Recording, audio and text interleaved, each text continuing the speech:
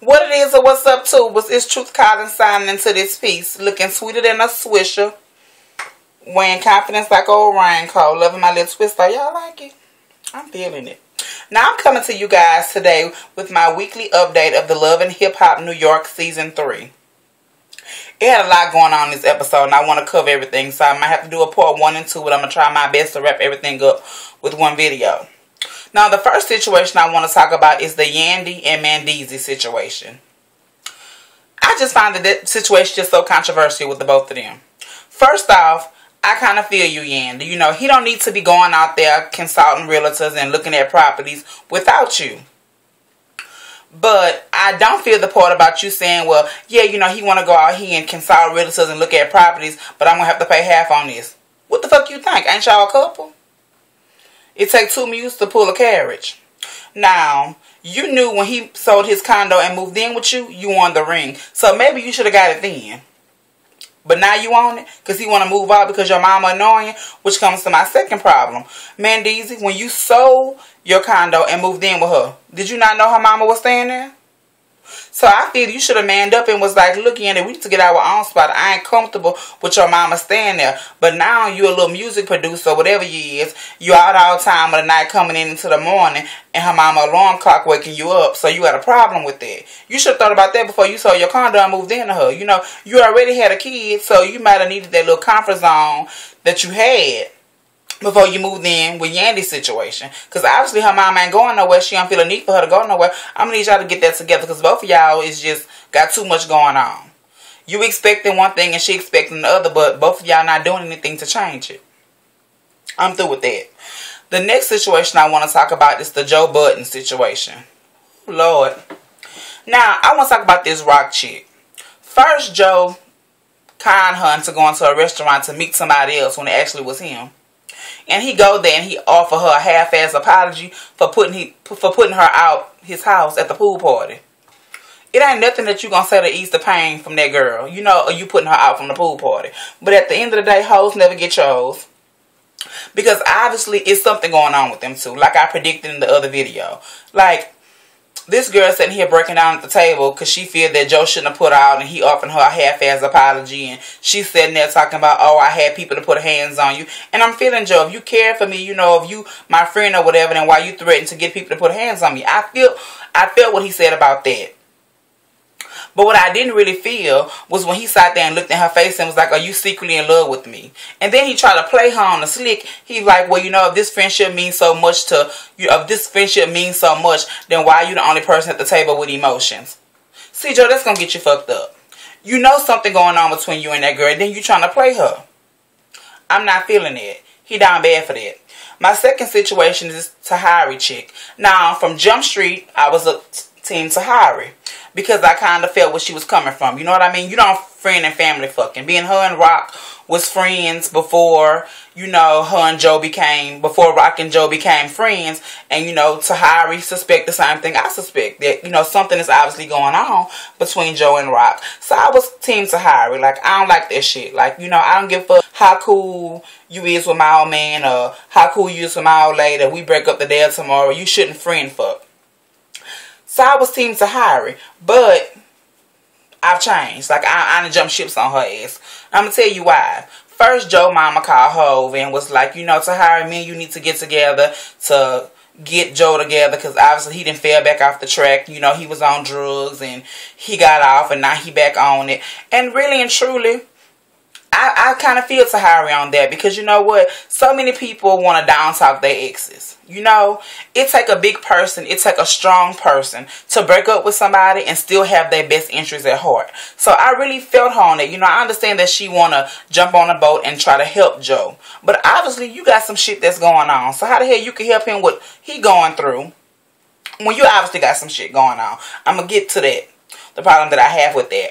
But Tyler need to get her shit together. You know, you can't sit there and help Joe go through something. And first of all, if Joe was on drugs and he got off of drugs and he back on it, the same motherfucking thing he did to get off drugs the first time, he gonna have to do again and upstep his game with getting off the drugs because he didn't relapse. He hold the power to change. Nobody can get him off drugs but him. You could sit there and be a friend to him, but the ultimate thing to get him off of drugs, he hold that power. He done did it before. He can do it again. He just got to upstep his game.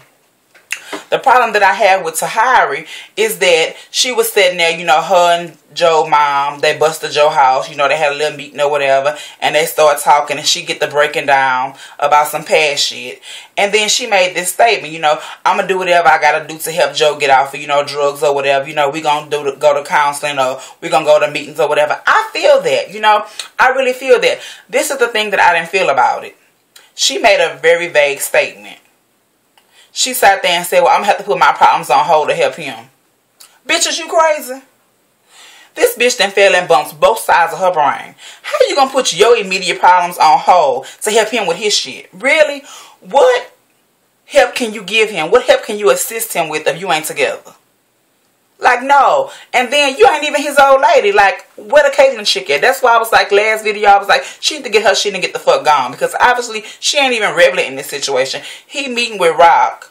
And now, Tahiri in his house, they look good to go home. But Tahiri, I'm going to need you to get it together.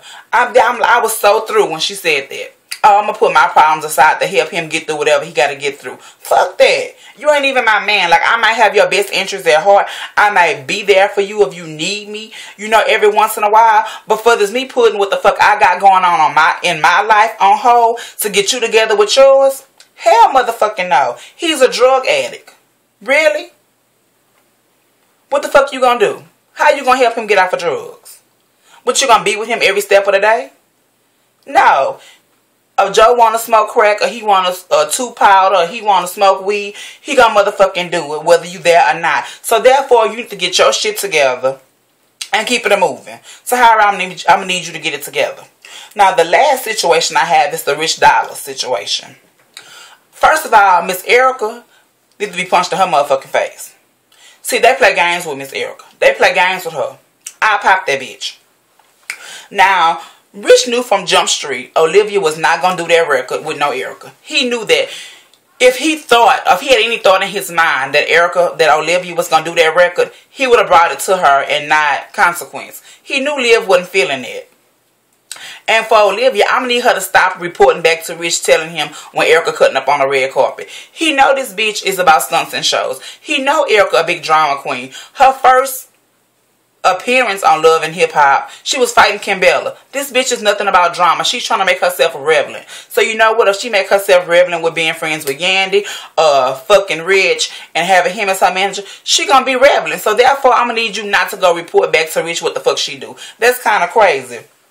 And Olivia, I want you to step your game up. She gonna get kind of crunk with Consequence in the studio when he was like, you know, you want to do this record or whatever. And she sat there and made the statement, I'm gonna be on the radio with or without you. You can get crunk with this man and he offering you money to do a record. But Erica roll up on your ass at Yandy event talking mad shit. And you don't tell this bitch nothing.